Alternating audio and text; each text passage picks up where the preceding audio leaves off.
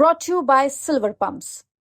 Top quality और consistent performance के लिए सिर्फ सिल्वर पंप नाम याद रखना। नमस्कार, मी अभिजित करंडे, मुंबई तकमध्ये आपल्या सर्वांचं स्वागत आहे। महाराष्ट्राच्या राजकारणामध्ये एकही दिवस असा जात नाही की कुठे भांड्यांचा आवाज येत नाही आणि ज्या वेळेपासून म्हणजे 2019 पासून युत्या आघाड्यांचं एकमेकांशी संधान साधण्याचं राजकारण सुरू झालेलं आहे तेव्हापासून लोकांना अंदाज बांधणं सुद्धा कठीण झालेलं आहे। आपल्या इमॅजिनेशनमध्ये जितक्या काही कल्पना असतील त्या सगळ्या कल्पनांना तडा जाईल अशा पद्धतीच्या राजकीय घडामोडी गेल्या 5 वर्षात घडलेल्या आहेत आणि आता त्यानंतर ज्याला 2024ला विधानसभेची इलेक्शन झाल्यानंतर स्थापन झालेलं सरकार आहे त्या सरकारला आता वेध लागलेले आहेत ते महापालिका इलेक्शनचे आणि म्हणूनच त्याची तयारी जी आहे ती आतापासून सुरू झालेली आहे आणि यावेळेला ठरणार आहे ते अनेक राज्यांमध्ये गोवा असेल, केरळ असेल किंवा इतर छोटी मोठी राज्य असेल त्यांच्या एकूण राज्यांची जितकी त्यांचा अर्थसंकल्प आहे तेवढा अर्थसंकल्प एकट्या मुंबई महापालिकेचा जवळपास 60,000 कोटी रुपयांचा अर्थसंकल्प असलेली ही मुंबई महापालिका आहे जिच्यावरती गेली 25-30 वर्ष शिवसेनेची सत्ता आहे आणि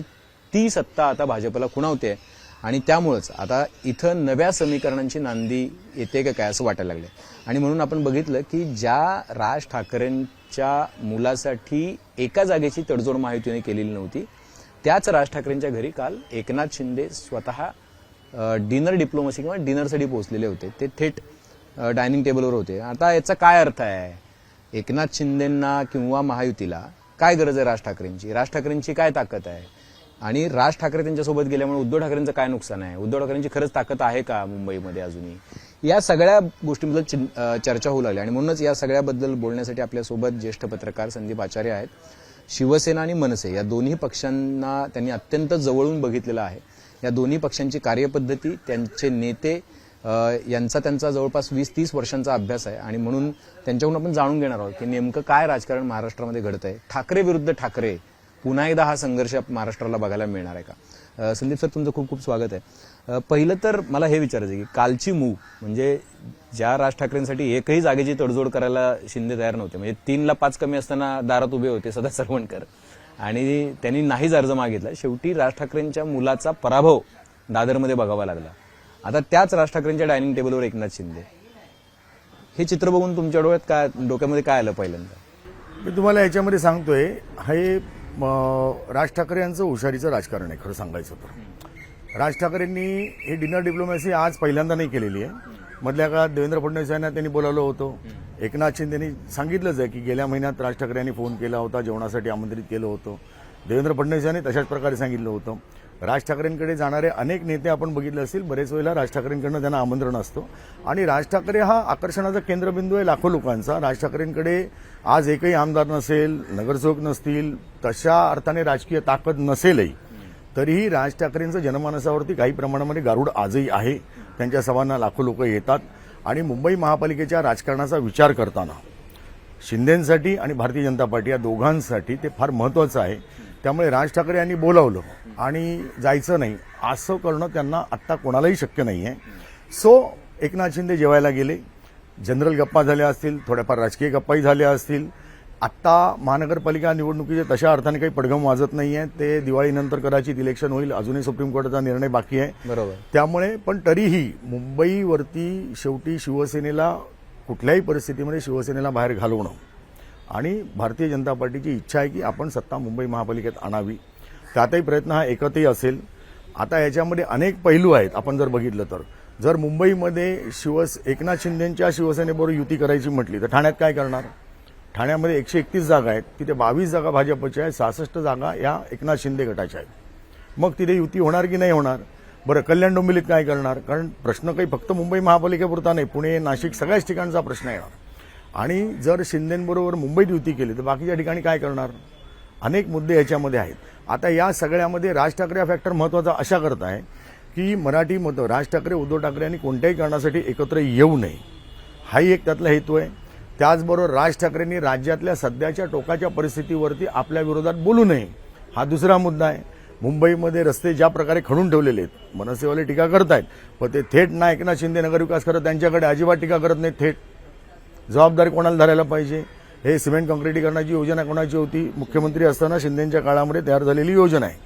मग आज या रस्त्यांची चारी बाजूने वाटेल तसं खोदून ठेवलेलं आहे, त्याच्यावरती मनसेवाले टीका करतायत, पण ह्याचा सूत्रधार जो आहे किंवा याचे जे काही कल्पना ज्यांची होती त्या मुख्यमंत्री असलेल्या किंवा आताचे उपमुख्यमंत्री असलेल्या एकनाथ शिंदेवर टीका करायची नाही, राज्यातल्या धोरणांवर टीका करायची, लाडक्या बहिणीवरनं बोलायचं, पण देवेंद्र फडणवीसांचं नाव घ्यायचं नाही. हे जे काही चाललेलं आहे ना, हे सिस्टमॅटिक, हे म्हणजे तू मारल्यासारखं कर, मी रडल्यासारखं करतो, हे व्यवस्थित किंवा कसंही कर आणि माझ्याबरोबर या भूमिकेतनं चाललेलं आहे. राज ठाकरे त्यांचं राजकारणाचा पोत जर आता आपण बघितला तर विधानसभेमध्ये म्हणजे पक्ष स्थापनेपासून राज ठाकरेंची जर आपण परिस्थिती बघितली तर दिवसेंदिवस ते आणखी खोलात चाललेले आहेत. त्यांची मतांची संख्या कमी झालेली आहे. आज पक्षाचं अस्तित्व जवळपास म्हणजे संपल्यात जमासारखं दिसतंय. विधानसभेतही त्यांना काही यश नाही मिळालं. विधानसभेत 1.25 लाख मतं फक्त मिळाली. या सगळ्या परिस्थितीमध्ये मुंबई महापालिकेमध्ये एकही जागा न मिळणंही त्यांना परवडणारं नाही आहे. आज भारतीय जनता पार्टी, एकनाथ शिंदे, उद्धव ठाकरे या सगळ्यांचा अस्तित्वाचा प्रश्न आहे आणि ते पूर्ण ताकद लावणार. आता याच्यामध्ये या बोटीमध्ये आपण कशाही प्रकारे चढलं पाहिजे हे राज ठाकरेंचे धोरण असण्यामध्ये काही चूक असेल असं मला वाटत नाही. आणि राज ठाकरे बहुतेक वेळा स्वबळाच्या घोषणा करतात, शेवटच्या क्षणाला चर्चेची तयारी दाखवतात, दारही उघडी असतात त्यांची. आणि दुर्दैवाने त्यांच्या विधानसभेत काही आघाडी व युती वगैरे होऊ शकली नाही. त्यांच्या मुलाकरताही त्यांना ती जागा त्यांची सोडून घेता येणं शक्य नाही झालं. जेव्हा की आशिष शेलार पहिल्या दिवसापासून सपोर्ट करत होते. मग हे नेमकं फसलं कुठे गणित, का फसली, या सगळ्याचाच विचार करावा लागेल. आणि आत्ता जे एकनाथ शिंदे गेलेले जेवणाला ते त्यांनी महिनाभरापूर्वी आमंत्रण दिलं असं एकनाथ शिंदेनी स्वतः सांगितलेलं आहे. त्यामुळे जेवण झालं, गप्पा झाल्या. पण त्याच्यापूर्वी 1 महिन्यापूर्वी मनसेच्या सगळ्या तळातल्या नेत्यांनी म्हणजे 2 नंबरच्या 3 नंबरच्या नेत्यांनी एकनाथ शिंदेना अमित ठाकरेच्या पराभवासाठी जबाबदार धरून प्रचंड टीका केली होती. मग त्या टीकेचं काय करणार तुम्ही? पण आता मुद्दा असा आहे ना की बघा, म्हणजे मला यातलेच काही मुद्दे जे तुम्ही आता ज्याचा उल्लेख केला त्यातला महत्वाचा मुद्दा आहे की भाजप जो ऍक्च्युअली ज्याच्या हातात सगळ्या दोऱ्या आहेत, म्हणजे खऱ्या रथाचा सारथी कोण आहे तर भाजप आहे या तिन्ही पक्षांचा. म्हणजे राष्ट्रवादी असेल अजित पवारांची किंवा शिवसेना असेल शिंदेची.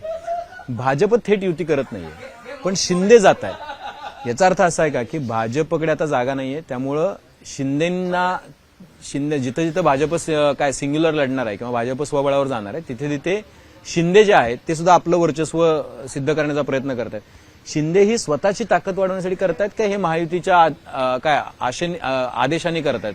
कारण कालपासून असं चाललंय की बघा महाशक्तीला माहित असल्याशिवाय असं काय होणार नाही, महाशक्तीला माहित असल्याशिवाय असं काय होणार नाही.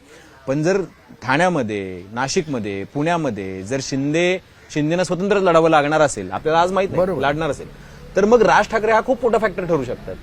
आता तुम्ही लक्षात घ्या, भारतीय जनता पार्टी करता राजला म्हणजे ते काय ते सोडलं तर पळतं आणि धरलं तर चावतं अशी भाजपची परिस्थिती आहे. राज ठाकरेंच्या बाबतीत विचार केला तर त्यांना धड युती करता येत नाही, धड राज ठाकरेंना सोडताही येत नाही.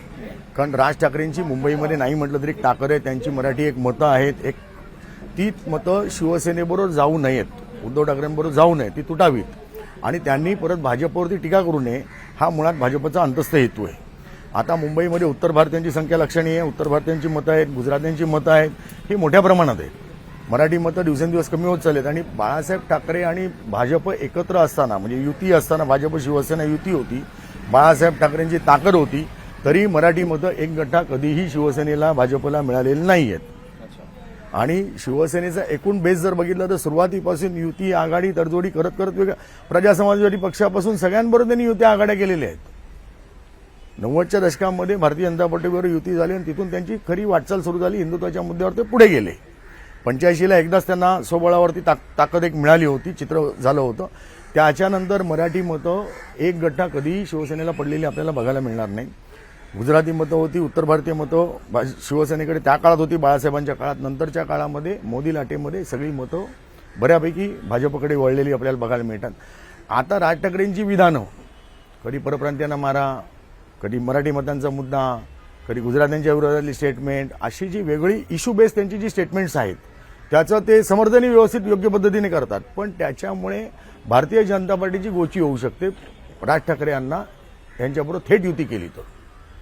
सो तडजोड करण्याचे रस्ते काय राहू शकतात? तर राज ठाकरेंनी भारतीय जनता पार्टीवर टीका थेट करू नये, मोठ्या प्रमाणात टीका करू नये, थेट नेत्यांवर शरसंधान करू नये, थेट धोरणांवर काही बोलू नये. यासाठी डिनर डिप्लोमॅसी असेल, भेटीगाठी असतील, या सगळ्या गोष्टी कंटिन्यू एका साईडने चालू असतात. एकनाथ शिंदेची परिस्थिती वेगळी आहे. एकनाथ शिंदेना खरी शिवसेना कोणाची दाखवायची आहे. आणि त्याच्याकरता मुंबई महानगरपालिका पण निवडणूक तुम्हाला असं वाटतं की अजून खरी शिवसेना कोणाची असं नाही अधोरेखित झाले? ते तर म्हणतात की आता लक्षात आलं ना 57 आमदार आले. हे बघा, तसं नाही. जनतेच्या मनामध्ये शेवटी काय आहे हा मुद्दा आहे. अजूनही सुप्रीम कोर्टाचा निकाल बाकी आहे. सुप्रीम कोर्टाचा निकाल उद्या एकनाथ शिंदेच्या विरोधात गेला. भारतीय जनता पार्टीला शिंदे डोईजड होईल असं वाटायला लागलं आणि जर निवडणूक आयोगाने त्यांची भूमिका बदलली, सुप्रीम कोर्टाच्या निकालापाठोपाठ उद्या धनुष्यबाण म्हणा, पक्षाचं नाव म्हणा काढून घेतलं, मग काय करणार? सुप्रीम कोर्टाचा निकाल अजून शिल्लक आहे ना, तो तर खरं कधीच लागायला पाहिजे होता. तो लागायला खूप उशीर होतोय. म्हणजे तुम्हाला असं म्हणायचं आहे का की जर सुप्रीम कोर्टाचा निकाल वेगळा काही लागला असता तर आता जी स्थिती दिसतीये शिवसेना एकनाथ शिंदे यांची त्याच्यापेक्षा विपरीत स्थिती बघायला मिळाली असती? मला सांगा, मशाल चिन्ह घेऊन सुद्धा उद्धव ठाकरेंना घराघरामध्ये पोचताना अनेक अडचणी आल्या. धनुष्यबाणे रुजलं होतं. पवारांना तुतारी घेताना त्यांनाही अडचण झाली होती. त्यांनी ते पोचवण्याचा प्रयत्न केला, पण विधानसभेमध्ये तो फटका बसला. तोच फटका शिवसेनेलाही काही प्रमाणात बसला आणि त्याचाच फायदा एक धनुष्यबाणामुळे आणि शिवसेना या नावामुळे एकनाथ शिंदेना मिळाल्याची शक्यता नाकारता येत नाही. त्यांची स्ट्रॅटेजी आहे, त्यांची मेहनत आहे, त्यांचं काम आहे. त्यांनी मुख्यमंत्री म्हणून लाडकी बहीण योजनेपासून कर्जमाफीपासून असंख्य घोषणा डिक्लेअर केल्या. त्याच्यामुळे लोक बऱ्यापैकी भुलली होती आणि त्यातूनही मोठ्या प्रमाणात मतदान झालं. ही वस्तुस्थिती नाकारता येत नाही. परत भाजपची स्ट्रॅटेजी आहे त्याच्यामध्ये आणि एकनाथ शिंदेची मेहनत पण आहे. हे जरी खरं असलं तरी मुंबई महानगरपालिकेत मुंबईमध्ये आजही उद्धव ठाकरे यांची शिवसेनेचं वर्चस्व आहे. ते मान्यच करावं लागेल. 40 नगरसेवक सोडून गेल्यानंतर सुद्धा आणि 40 नगरसेवक आज सगळे माझी लोक आहेत. ह्या लोकांचं लोकल स्टँडिंग आपण जर बघितलं तर असं काही फार मोठं नाहीये. या जेवढे लोक गेलेले आहेत ते कधी काळी नगरसेवक होते, आता तेही वृद्धावस्थेमध्ये आलेले आहे, 60 पार झालेली आहे. नवीन वर्गाला आदित्य ठाकरेंच्या नेतृत्वाखाली बऱ्यापैकी चालना देण्यात आलेली आहे. या सगळ्या पार्श्वभूमीवरती अजूनही अपेक्षा असणारा एक मोठा वर्ग एकनाथ शिंदेकडे जातोय. मी हे म्हणणार नाही की त्यांची बांधणी नाही किंवा त्यांच्याकडे 400-500 हजार मतं असू शकतील, पण त्यांच्याकडे जी बांधणी तुम्ही म्हणताय शाखा प्रमुख किंवा त्याच्यानंतर विभाग संघटक आणि मग जी बांधणी शिड्यांची बांधणी आहे इथे जी ठाकरेंकडे आहे जी मुंबईत एकदम रोबस्ट आहे, तशी बांधणी एकनाथ शिंदेच्या पक्षाकडे आहे की नाहीये? मुंबईत असण्याची शक्यताच नाहीये. त्यांच्या पद्धतीने त्यांचं काम सुरू आहे, त्यांच्या पद्धतीने ते प्रयत्न करतायत. जी काही माणसं जात आहेत, हे बघा, माणसं जाणं वैयक्तिक महत्वाकांक्षा स्वार्थापोटी किंवा ईडी सीबीआय वगैरे किंवा अशा वेगळ्या कारणांसाठी लोक जातात. हा आत्ताचा इतिहास आहे, यात काही नवीन काही नाही. मी काही वेगळं काही फार सांगत नाहीये, ही वस्तुस्थिती आहे. महत्वाकांक्षा एक राजकीय प्रत्येकाला होऊ शकते. अजूनही प्रत्येकाला पुन्हा नगरसेवक बनावं असं वाटू शकतं. अजून एक दिसतंय की इथून संधी मिळू शकते, इथून सत्तेच्या दारात आपण जाऊ शकतो, म्हणून शिंदेकडे जाणारा एक मोठा वर्ग असूही शकतो. आता तुम्ही म्हणताय, पण आपण मूळ मनसेचा जो विषय होता, मला तुम्ही म्हणालात की मनसेची ताकद आहे. 2009ला तुम्ही तर पहिल्या दिवसापासून मनसे स्थापनेपासून तुम्ही बघताय. 2009च्या इलेक्शनमध्ये जी मतं मिळाली ती 6 ते 7.5% मला वाटतं मतं होती. ती घसरत 2019च्या निवडणुकीपर्यंत 2.5% आली आणि आता 1.8%. बरोबर आहे ना?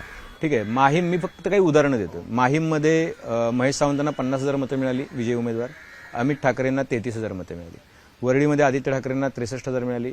संदीप देशपांडेंना 19,000 मिळाली. भांडूपमध्ये अशोक पाटलांना 77,754 मिळाली. शिरीष सावंतांना 23,000 मिळाली. विक्रोळीमध्ये सुनील राऊतांना 66,000 मिळाली. विश्वजित ढोलम यांना 16,000 मिळाली. घाटकोपरमध्ये रामकदमांना 73,000. मनसेच्या गणेश चुक्कल यांना 25,000. तुकाराम कातेंना चेंबूरमध्ये 63,000. मनसेच्या माऊली थोरेंना केवळ 7,820. मानखूर शिवाजीनगरमध्ये अबू आझमी 54,000. मनसेच्या खांडेकरांना, जगदीश खांडेकरांना 5,414. कुर्ल्यामध्ये मंगेश कुडाळकरांना 72,000. मनसेला प्रदीप संपत यांना 3,197. वडाळ्यामध्ये कालिदास कोळंबकरांना, हा भाग तर खूप महत्वाचा आहे कारण हा कोअर मुंबईचा भाग, 60,800 आणि स्नेहल जाधवांना 6,172. दिंडोशीमध्ये सुनील प्रभूंना 76,115. भास्कर प्रभांना 20,248. दहिसरमध्ये भाजपला 98,000 आणि मनसेला इथं चांगली इथं 5,436 मतं केवळ मिळाली. वर्सव्यामध्ये भारती लवेकरांना 63,000. संदेश देसाई मनसेचे 5,021. आता मी हे वाचत राहिलो तर ही मतं अजून कमी दिसत आहे. खूप मोठा आहे. कसं म्हणायचं की मनसेची ताकद अजून आहे मुंबईमध्ये? मनसेची ताकद उपद्रव मूल्य वेगळं आणि ताकद वेगळी. मनसेची ताकद अशा अर्थाने म्हणतोय की राज ठाकरे यांचा भाषणाचा करिश्मा.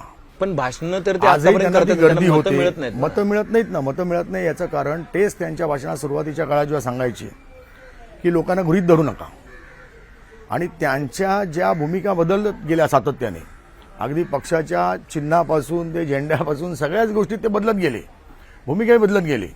कालपर्यंत मोदींच्या विरोधात बोलणारे मोदींच्या बाजूने जायला लागले, मोदींची भूमिका पट्टे म्हणून सांगायला लागले. पण मोदींच्या मूळच्या भूमिकेत आणि देशाच्या परिस्थितीत काय बदल झाला? महागाई वाढत चालली आहे, डॉलर वाढत चालला आहे, सगळ्याच गोष्टी, बेरोजगारी वाढत चालली आहे. भारतीय जनता पार्टीने लोकसभा निवडणुकीपासून पहिल्या मोदींच्या नेतृत्वाखालच्या निवडणुकीपासून दिलेली आश्वासनं आणि आत्ता महाराष्ट्राच्या विधानसभेमध्ये भारतीय जनता पार्टीने दिलेली आश्वासनं, यातली कुठली आश्वासनं पाळली आहेत? बरं, आज शेतकऱ्यांना कर्जमाफी करण्याची घोषणा कोणी केली होती? याच युतीने केली होती ना. आज काय सांगतात अजित पवार? देता येणार नाही. बरोबर आहे. लाडक्या बहिणीचं काय करून ठेवलंय? 2100 रुपये देऊ शकतात का? नाही देऊ शकत आहे. बेरोजगारी हटवू शकतात का? नाही हटवू शकत आहे. महाराष्ट्रामध्ये उद्योग आलेत का? नाही आलेत. देशपातळीवरती ज्या ज्या घोषणा नरेंद्र मोदींनी प्रत्येक निवडणुकीमध्ये केल्या होत्या त्या त्यांनी फुलफिल केल्या का? तर नाही केल्या. जर तुम्ही बघितलं असेल तर देशातले ज्या लोकांवरती भारतीय जनता पार्टीने सातत्याने आरोप केले, ईडी, सीबीआय दुनियाभरच्या चौकशा मागे लावल्या, त्या 70,000 कोटीच्या घोटाळ्याचा आरोप अजित पवारांवरती पंतप्रधान नरेंद्र मोदींनी नंतर शेवटच्या भाषणात केला होता. त्याच अजित पवारांना दुसऱ्या दिवशी 4 दिवसामध्ये भाजपमध्ये घेऊन उपमुख्यमंत्री केलं.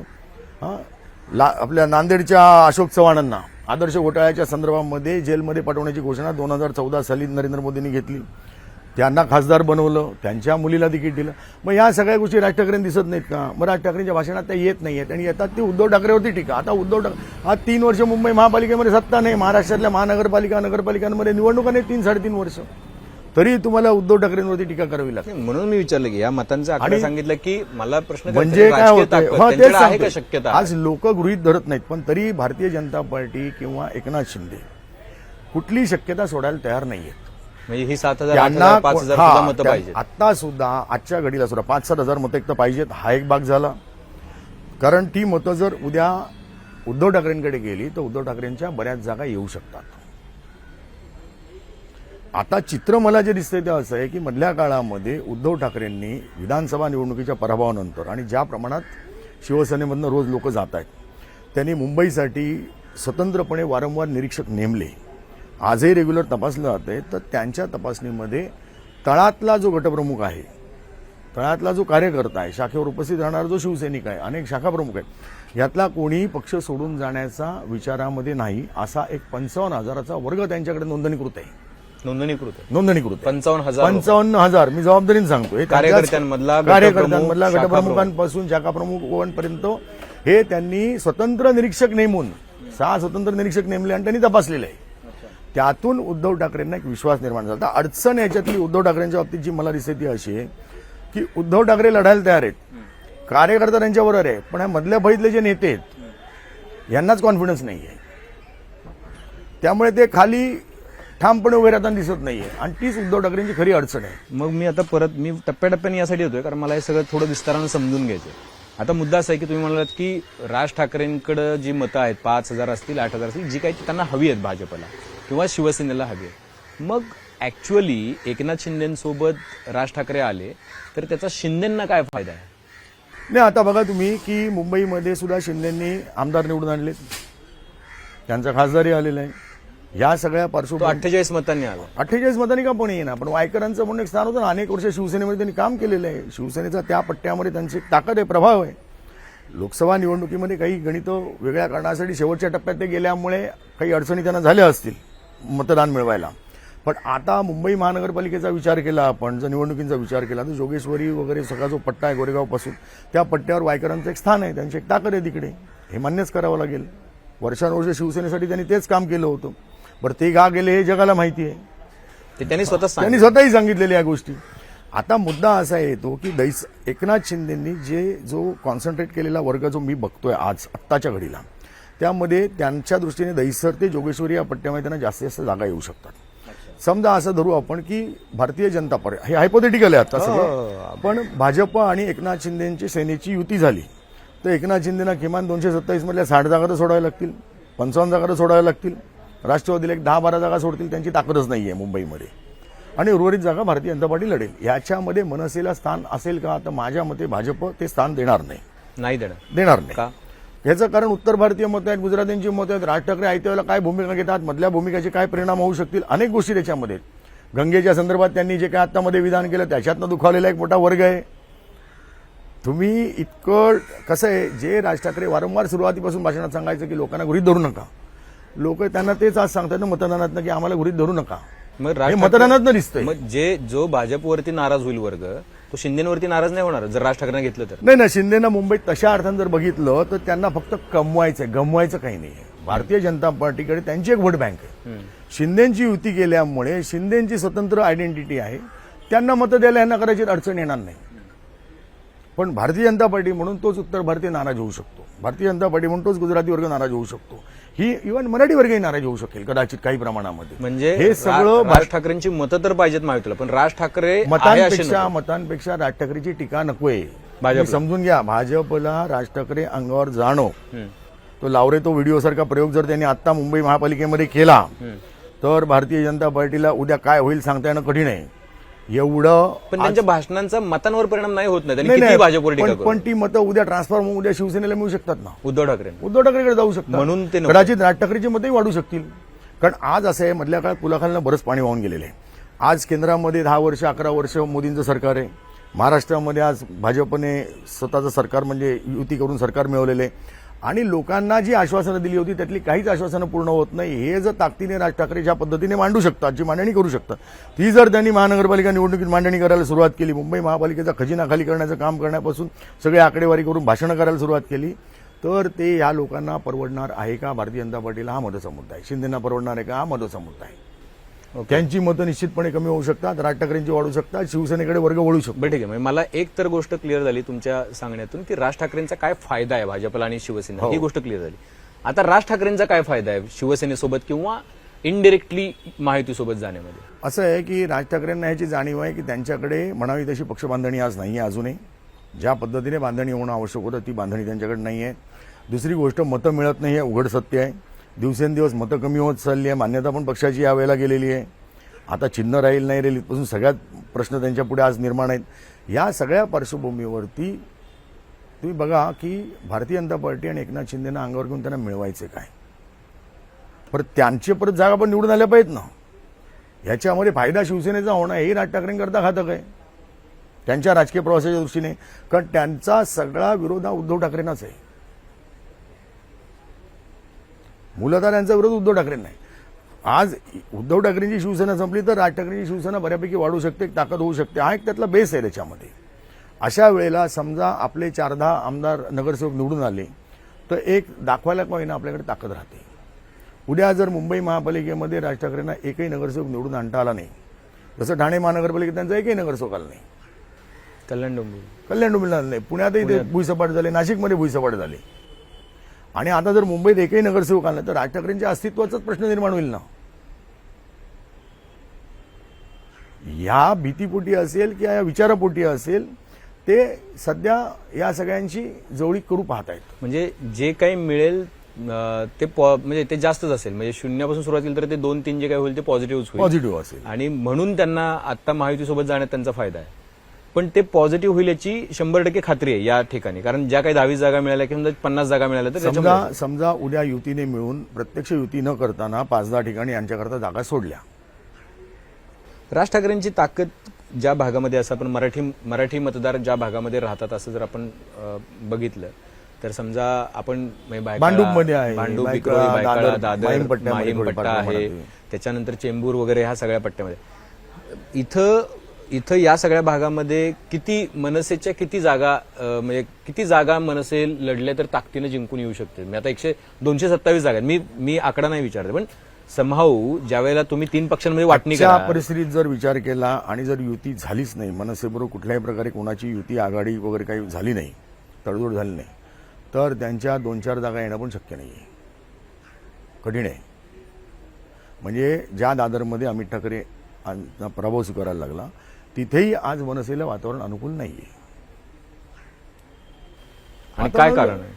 नाही, लोक आज राज ठाकरे सातत्याने बदलणाऱ्या भूमिकेमुळे त्यांचा आणि एकूणच सगळं जर पक्ष बांधणी आणि खालचा जर कार्यक्रम वगैरे काय कार्यक्रम लोकांना काय देतात? मी थेट जर एक प्रश्न विचारला तर तुम्ही त्याचं काय उत्तर द्याल की राज ठाकरेंनी म्हणजे पहिल्यांदा ते बीजेपीचं त्यांनी कौतुक केलं होतं 2014च्या आधी, सगळ्यात आधी नरेंद्र मोदी गुजरातच्या दौऱ्यावर गेले.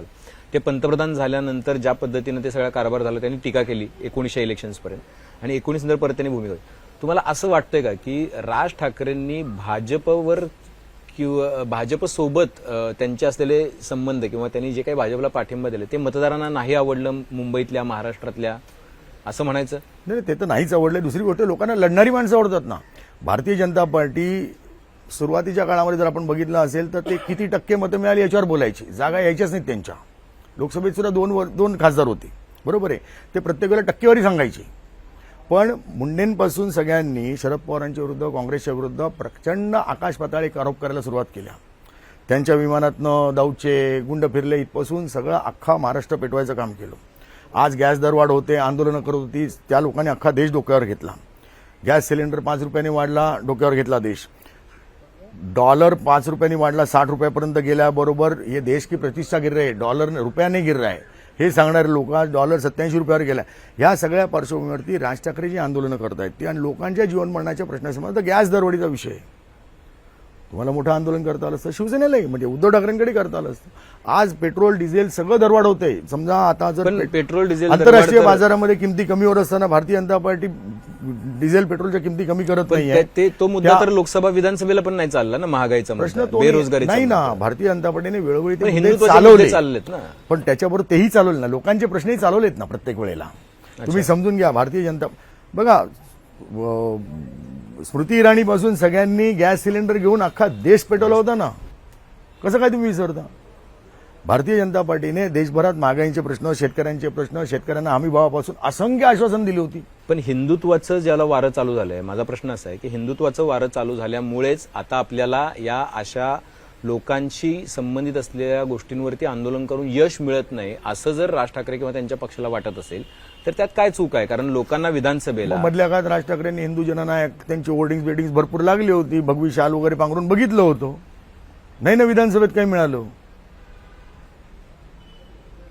म्हणजे त्यांना एकीकडे या बाजूला पण लोक स्वीकारत नाहीत आणि हिंदू नेता म्हणून पण, हिंदू जननायक म्हणून पण स्वीकारत नाही असं म्हणायचं? लोकांनी मतं बोलतात, मतदान बोलतंय, मी बोलण्याची गरज नाहीये, मिळालेली मतं बोलतायत. आज त्या तुलनेमध्ये उद्धव ठाकरे लढतोय, उद्धव ठाकरे एकाकी लढतोय, हे लढणं सुद्धा लोकांना आता अपील करतंय. बरं, ते वेगळे मुद्दे मांडतायत, ते सांगतात ना हिंदुत्वाचा मुद्दा सोडलेला नाहीये. मला जे दिसतंय आगामी महानगरपालिका निवडणुकीमध्ये आज त्यांच्याकडे जे त्यांनी कॅडर सगळं तपासून बघितलं आणि त्यांच्याकडे असं लक्षात आलं की न फुटणारं एक मोठं कॅडर मुंबईमध्ये आज आपल्याकडे आहे. या भरोश्यावरती माझ्या मते ते काँग्रेस राष्ट्रवादीबरोबर युती करणार नाहीत, ते स्वतंत्रपणे मुंबई महानगरपालिका लढतील. आणि तसं झालं आणि नीट पद्धतीने लढले तर त्यांना काही प्रमाणामध्ये यश मिळू शकतो. मला याच्यामध्ये थोडंसं पण कालही मी एका ठिकाणी सांगितलं की आजच्या घडीला जर उद्या एकनाथ शिंदे आणि भारतीय जनता पार्टीची नीट युती झाली आणि राज ठाकरेही त्यांना काही प्रमाणामध्ये मिळाले तर शिवसेनेची परिस्थिती आज वाईट आहे. 35-40 वर त्यांच्या जागा येऊ शकत नाहीत मुंबईमध्ये. अनेक जागा 2017च्या निवडणुकीमध्ये दहिसरपासून मुंबईतल्या अनेक पट्ट्यांमध्ये साधारण 60 ते 70 जागा 2 ते 5,000 मतांनी भारतीय जनता पार्टी हरली. या सगळ्या जागा आज सर्व शस्त्र वापरून सामदंड भेद अर्थसत्ता त्यांच्याकडे आहेच, लक्ष्मीदर्शन मोठ्या प्रमाणात ते करू शकतात. या सगळ्याचा वापर करून ते पद्धतशीरपणे जिंकू शकतात. मला मनसेचा मुद्दा पूर्ण करून मग मी उद्धव ठाकरेंच्या मुद्द्याकडे येतो. आता याच्यामध्ये मनसेची जे तुम्ही सांगितलेत की आता ते भूमिका बदलणं, लढणारा नेता आवडतो, भिडणारा नेता आवडतो, मग त्याच्याकडे एक ऑप्शन आहे, म्हणजे तो ऑप्शन मनसे म्हणजे प्रत्येक राजकारणामध्ये असतो. मग या आधी एकदा त्यांनी टाळी मागून बघितली होती पण फोन उचलला गेला नाही, ती टाळाटाळ केली फोन उचलायला. त्यांनी टाळी मागणाऱ्याचाच फोन उचलले नाहीत मातोश्रीवर, म्हणून फोन न उचलणं हे तिथलं एक वैशिष्ट्य आहे. तर त्याच्यामुळे त्यांचा एक त्याच्यावरती त्यांचा राग होता किंवा रिस्पॉन्स नाही गेला. ऑप्शन आहे आत्ता या घडीला, कारण महाराष्ट्रातल्या लोकांना सगळ्यात मोठं काय, जर आकर्षणाचा मुद्दा काय माहितीये का, 2 ठाकरे एकत्र येणार का, हा खूप आकर्षणाचा मुद्दा आहे. 100 वेळा जरी त्याच्यावर चर्चा झाली असेल, 1000 वेळा झाली असेल तरी 1000 एका वेळी त्यांना ते ऐकायला आवडेल. हा ऑप्शन नाहीये राज ठाकरेंकडे, किंवा वाईस वर्सा, राज ठाकरेच का आपण म्हणायचं, उद्धव ठाकरेंकडे. हो, तसं बघितलं तर आत्ता तरी मला ते चित्र दिसत नाहीये दोन्ही ठाकरे एकत्र येतील. कारण यांच्यामध्ये जी दरी पडलेली आहे ना ती इतकी मोठी आहे ना की आता ते एकत्र येण्याची कुठली चिन्ह दिसत नाहीये. दोन्ही बाजून त्यासाठी नीट पुढाकार घेणं गरजेचं आहे, जे होताना दिसत नाहीये. आणि आपण जर बघितलं तर उद्धव ठाकरेंनी जो प्रयोग केला काँग्रेस आणि राष्ट्रवादीबरोबर जाण्याचा, देशामध्ये संपूर्ण काँग्रेसची तब्येत सुद्धा खालावत चाललेली आहे. राष्ट्रवादीचे शरद पवार साहेब पण आता आज वृद्धावस्थेकडे, तेही फार काय टिकतील असं नाही. अशा वेळेला 2019 नंतर शिंदेंच्या बंडापूर्वी माझ्या माहितीप्रमाणे उद्धव ठाकरेंना विचारणा झाली होती भाजपकडून. आता याला काही पुरावे देता येणार नाहीत, पण राजकारणामध्ये हे होत असतं. पण तेव्हाही उद्धव ठाकरेंनी त्या पद्धतीने म्हणजे वारंवार भाजपकडनं साथ मिळत होती. आता परवा पण हे चंद्रकांत पाटील काहीतरी बोलून गेले, नंतर त्यांनी स्वतःचेच बोलणं हा अंदाज आहे वगैरे काय काय उलट्या सुलट्या कोल्यांट्या उड्या मारल्या, जे दादांचं खासियत आहे, तो वेगळाच विषय आणखी. पण तरीसुद्धा त्यावेळेला शिंदेंच्या बंडापूर्वी सावध होऊन जर उद्धव ठाकरेंनी काही भूमिका बदलली असती तर आज चित्र वेगळं बघायला मिळालं असतं. पण आजच्या घडीमध्ये मला राज ठाकरे उद्धव ठाकरे एकत्र येतील असं कुठेही दिसत नाहीये. आता राज ठाकरे यांनी पक्षबांधणीच्या दृष्टिकोनातून काही निर्णय घेतलेले आहेत. त्यांनी मुंबईमध्ये शहर अध्यक्ष दिलेला आहे संदीप देशपांडेच्या रूपाने. संदीप देशपांडे धडाडीने वेगळे प्रयोग करण्याचे प्रयत्न करतोच आहे. त्यांनाही पक्षबांधणी करायची आहे. त्यांनाही हे दिसतंय खाली गटप्रमुख गटाध्यक्ष लोकांपर्यंत पोहोचलं नाही तर मतांमध्ये परिवर्तित होत नाही. नुसती राज ठाकरेंची बघा, राज ठाकरेंपेक्षा बाळासाहेब ठाकरेंची भाषणं खूप चालायची. बाळासाहेब तेच सांगायचे की भाषणाला लाखो लोक येतात, मतं का मिळत नाही. पण मग तीच मतं उद्धव ठाकरेला का मिळत होती? कारण उद्धव ठाकरेंनी पक्षबांधणी नीट केली होती. राज ठाकरेंच्या पक्षामध्ये आजही माझं मत असं आहे की ज्या प्रकारे पक्षबांधणी नीट तळापर्यंत व्हायला पाहिजे, नियमित कार्यक्रम दिले गेले पाहिजे, जे भारतीय जनता पार्टी करतो. एक बूथ 10 युथ वगैरे सगळ्या वेगळ्या घोषणा असंख्य, आणि ते अखंड काम करतात. म्हणजे मी कालचंच उदाहरण सहज म्हणून सांगतो. मी काल रवींद्र चव्हाण अजूनही पूर्णपणे कार्याध्यक्ष आहेत, अजून अध्यक्ष बनलेले नाहीत महाराष्ट्राचे. पण 7 वाजता ते रायगडवरती येतात, पक्ष कार्यालयात येतात, 8 ते 10 लोकांच्या भेटीगाठी करतात. एक दिवस खाडा नसतो त्याच्यामध्ये. ह्यांचा दिवस सकाळी 7 वाजल्यापासून सुरू होतो, अजित पवारांचा दिवस पण 7 पासून सुरू होतो. सो एवढी फाटाफटून सुद्धा अजित पवारांना 40 आमदार आले ना लोकसभेत मार खाल्ल्यानंतर. तर बांधणी कार्यक्रम देणं, कार्यक्रम राबवणं, लोकांच्या गरजा लक्षात घेणं, लोकांच्या इंटरेस्टचे विषय घेऊन सुद्धा सातत्याने आंदोलन करणं, मुळामध्ये आज लोकांना दिलेली जी काही आश्वासनं सत्ताधाऱ्यांनी आहेत त्यातली कुठली आश्वासनं पूर्ण केलेली आहेत तर कुठली केलेली नाही आहेत. ह्या परिस्थितीमध्ये राज ठाकरेंना रोज सिक्सर मारायची संधी आहे. रोज लावले तर व्हिडिओ लावता येतील. तसं जर केलं तर जनमानसामध्ये उद्या ते रुजू शकतात. ते स्वबळावरती स्वतःच्या ताकदीवरती मुंबईमध्ये 5-25 नगरसेवक सहज निवडून आणू शकतात. पण हा पवित्र राज ठाकरे घेणार आहेत का, हा महत्त्वाचा मुद्दा आहे. आता तोच प्रश्न आहे की आता तुम्ही म्हणता की ठाकरे विरुद्ध ठाकरे, म्हणजे ठाकरे एकत्र येऊ शकत नाहीत. आता ती स्थिती नाहीये, दरी खूप मोठी आहे.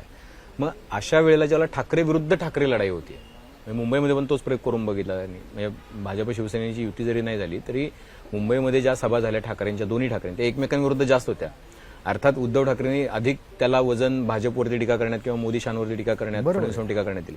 आता ज्याला महापालिकेला हे 2 ठाकरे भिडतील समोरासमोर आणि ज्याला ते कुठल्या लेवलला भाषण जातं आपण बघितलेलं आहे, त्यावेळेला ठाकरे विरुद्ध ठाकरेचा फायदा कोणाला मिळेल? कारण मराठी मतांचे दावेदार 3 होतात अशा वेळेला, उद्धव ठाकरे, एकनाथ शिंदे, राज ठाकरे. याच्यामध्ये दोन्ही ठाकरेंना फायदा होणार नाहीये, दोन्ही ठाकरेंचं नुकसानच होणार आहे. जर या युतीने राज ठाकरेंना काही कमिटमेंट करून बाबा तुमच्या 10-20 जागा आम्ही येऊन देण्याकरता त्या ठिकाणी उमेदवार देणार नाही म्हणा, किंवा मैत्रीपूर्ण लढती होतील किंवा कमकुवत उमेदवार दिले तर राज ठाकरेंना काही प्रमाणात ॲडव्हान्टेज मिळेल. भारतीय जनता पार्टीला जे काही मी भाजपचं एकूण रणनीती बघतो त्याच्यानुसार त्यांना कोणताच ठाकरे मोठा होणं परवडणारं नाही. का? त्यांना दुसरा माणूस उभाच करायचा नाहीये महाराष्ट्रामध्ये. उलट राज ठाकरे जास्त भारी पडू शकतो. भाषणं आणि या सगळ्या दृष्टींचा विचार केला आणि राज ठाकरेचा नीट पक्ष बांधणी करू शकला तर राज ठाकरे भविष्यामध्ये भल्या भल्यांना भारी पडू शकतो. असं नसतं राजकारणामध्ये अनेक काळ खाली बसलो म्हणजे तो माणूस उठूच शकत नाही असं नाही. राज ठाकरेंना वय पण अनुकूल आहे. त्या वयाचा जर विचार केला, लोकांच्या अपेक्षांना आज 11 वर्ष झाली मोदींना दिली. दरवर्षी 2 कोटी रोजगार देणार होते. शेतकऱ्यांना हमी भावाचे दुप्पट दीडपट रक्कम देणार होते. स्वामीनाथन कमिटी अपॉइंट करणार होते. आज काय परिस्थिती आहे सगळीकडे? आज मोफत वीज देण्यापासून सगळ्या घोषणा ज्या घोषणा केल्या त्याला किती घोषणा किती ताकदीने इम्प्लिमेंट केल्यात. सत्तेवर आल्यानंतर हीच सांगतात की तिजोरीत पैसा नाहीये. पण राज ठाकरे याचा advantage भारी पडू शकतात. हो. महाराष्ट्रात सर्वाधिक भारी पडू शकतात. पण दुसऱ्या बाजूला त्यांना ऑप्शन म्हणून एकनाथ शिंदेला उभं केलं ना त्यांनी. एकनाथ शिंदे सत्तेबरोबर आहेत ना. ते सत्तेच्या विरोधात जाऊन बोलूच शकत नाहीत ना की मी लाडक्या बहिणीला 21 रुपये का देऊ शकत नाही. कर्जमाफी का करू शकत पण नाही ते याच्यावर भाजपशी बोलणार पण आहेत का लढतायत ते? ना ते. बघा ठाण्यामध्ये ठाण्यामध्ये संघर्ष चालू आहे. गणेश नाईक बोलतायत. तिकडे कल्याण डोंबिवलीमध्ये श्रीकांत शिंदे असताना रवी चव्हाण तिकडे आक्रमक हे झाले होणारच ना. हे होणारच ना. एकनाथ शिंदे तर तलवार काढूनच भाजप भारतीय जनता पार्टीची स्ट्रॅटेजीज आहे, वर्षानुवर्षाची देशभरातली स्ट्रॅटेजी तुम्ही बघा. ज्या पक्षांबरोबर युत्या, तडजोडी, आघाड्या ज्या केलेल्या आहेत त्याच पक्षांना नंतरच्या काळामध्ये भारतीय जनता पार्टीने संपवलेलं तुम्हाला दिसेल. एकनाथ शिंदेचं ते पुढे तसंच होईल असं वाटतं तुम्हाला? एकनाथ शिंदेपुढे ऑप्शन राहील. एक तर सुप्रीम कोर्टाच्या निर्णयानंतर बऱ्याच गोष्टी स्पष्ट होतील. ते पुन्हा स्वतंत्र नव्याने पक्ष काढून वाटचाल करतील, आहे तोच पक्ष त्यांना मिळेल, किंवा भविष्यामध्ये निवडणूक आयोगाची भूमिका भाजपच्या रणनीतीनुसार काय ठरेल का ते काय भूमिका घेतील याच्या अनुषंगाने विचार केल्यानंतर एक तर शिंदेंना भारतीय जनता पार्टी विलीन पण व्हावं लागेल किंवा स्वतःची सेना वाढवण्याचा एक पर्याय ठेवून त्यांना लढत राहावं लागेल. बरं, आता मला यायचंय ते म्हणजे उद्धव ठाकरेंकडे. या क्षणाला माझ्या दृष्टीने महाराष्ट्रामध्ये शिंदेंना हात लावणार नाही भाजप असं चित्र आहे. हे छोट्या मोठ्या ह्या गोष्टी लढाया चालूच ठेवणार, कारण ते खूप वाढू देणं हे भाजपकरता पण घातकच आहे ना. आज मुंबई महापालिकेमध्ये उद्या शिंदेंना म्हणजे भारतीय जनता पार्टीला गेल्या वेळेला 82 जागा मिळाल्या होत्या 2017च्या इलेक्शनमध्ये. आज जर भारतीय जनता पार्टीला समजा एक 90 जागा मिळाल्या आणि शिंदेंना 50-55 जागा मिळाल्या तरी परत शिंदे भारीच पडतायत ना. मग हे भारी पडणं भारतीय जनता पार्टीला परवडणार आहे का, हा माझा खरा प्रश्न आहे. मग त्या केसमध्ये जर असा विचार केला तर मग या मुंबई महापालिका एकत्र लढू असं सीएम देवेंद्र फडणवीसांनी सांगितले, आम्ही महायुती म्हणूनच लढू. तर मग तुम्हाला वाटतं की युती म्हणजे महायुती मुंबई महापालिकेत सुद्धा एकत्रित लढेल का तसं होणार नाही? 2017ला पण देवेंद्र फडणवीस ठामपणे होते युती म्हणून आम्ही लढणार म्हणून शिवसेनेबरोबर. ठाण्याच्या टिपटॉपच्या सभेमध्ये मला आजही आठवतंय, टिपटॉपला भाजप कार्यकर्त्यांच्या मेळाव्यात अचानक पारदर्शकतेचा मुद्दा देवेंद्र फडणवीसांनीच आणला आणि दुसऱ्या दिवशी महापौर बंगल्यावरती जी बैठक झाली त्या बैठकीमध्ये जागा वाटप हा शब्द सुद्धा निघाला नाही. पारदर्शकतेवर पहिले बोला म्हणून सांगितलं गेलं. त्या क्षणाला चित्र स्पष्ट होतं की शेवटपर्यंत गाफील ठेवलं शिवसेनेला आणि शेवटच्या क्षणाला युती तोडली. मग त्याच्यामुळे त्यावेळेला 82 जागा भाजपच्या आल्या, कारण शिवसेना उद्धव ठाकरेंना पूर्ण विश्वास होता युती होणार म्हणून. मग त्यामुळे शिंदे आता सावध झालेत जुन्या अनुभव. शिंदे सावरच आहे.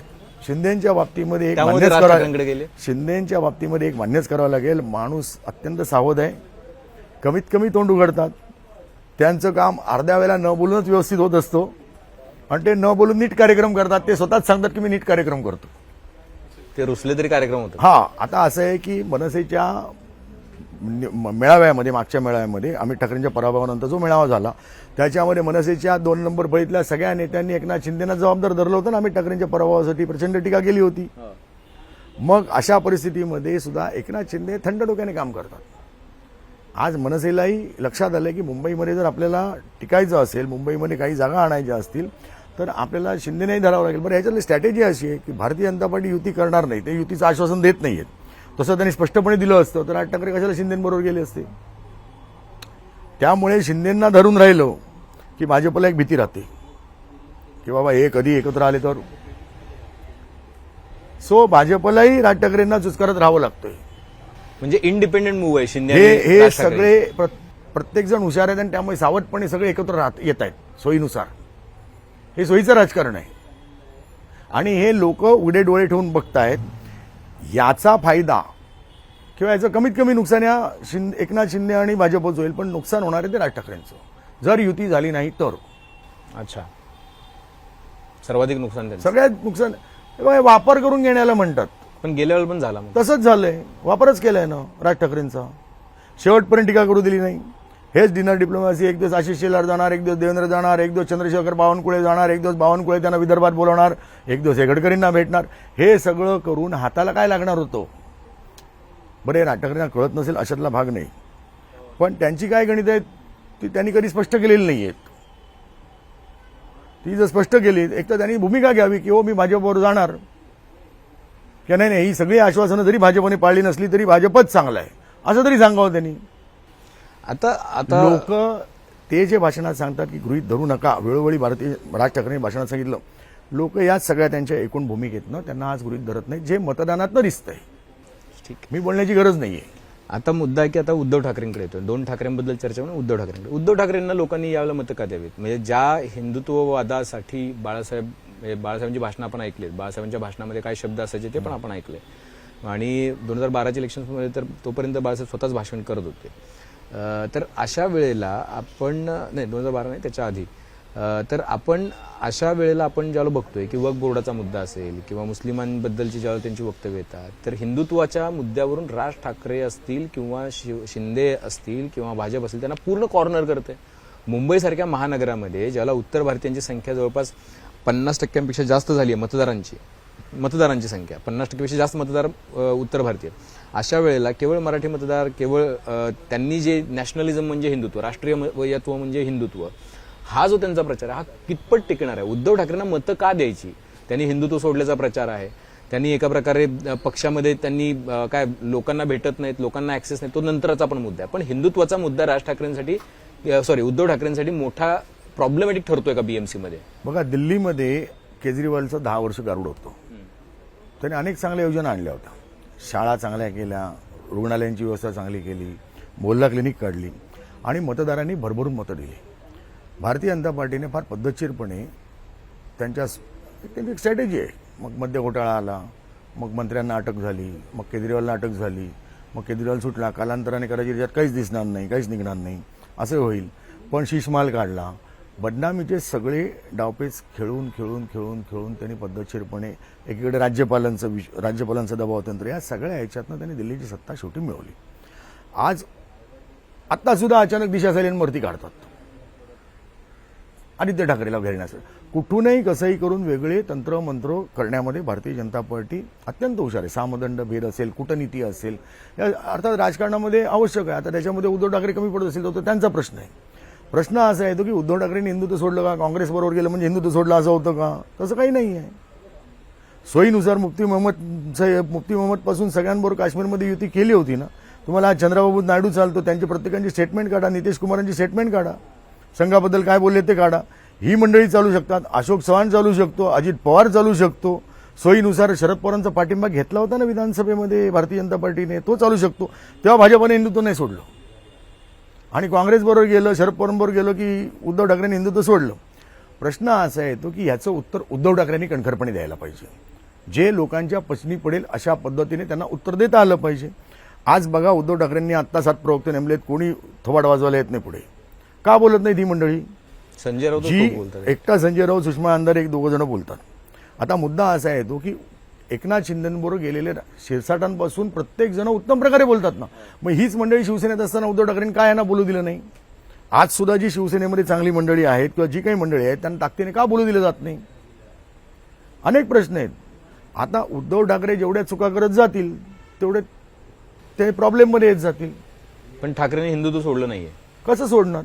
का सोडतील कशाकरता सोडतील की भाजप म्हणतो म्हणून ठाकरेंनी हिंदुत्व सोडलं असं नाही ना होऊ शकत. ते म्हणतात नाही तर मुस्लिमांचं लांगुलचालन केलं मुसलमानांची मतं घेतली रांगा लावून मतदानाचे जे व्हिडिओ फिरवले भाजपनी लोकसभेला. हेच उद्धव ठाकरेंनी असा एक प्रश्न विचारला. आता हे मोदींनी जे काय मोदी की सौगात केलं ते काय होतं.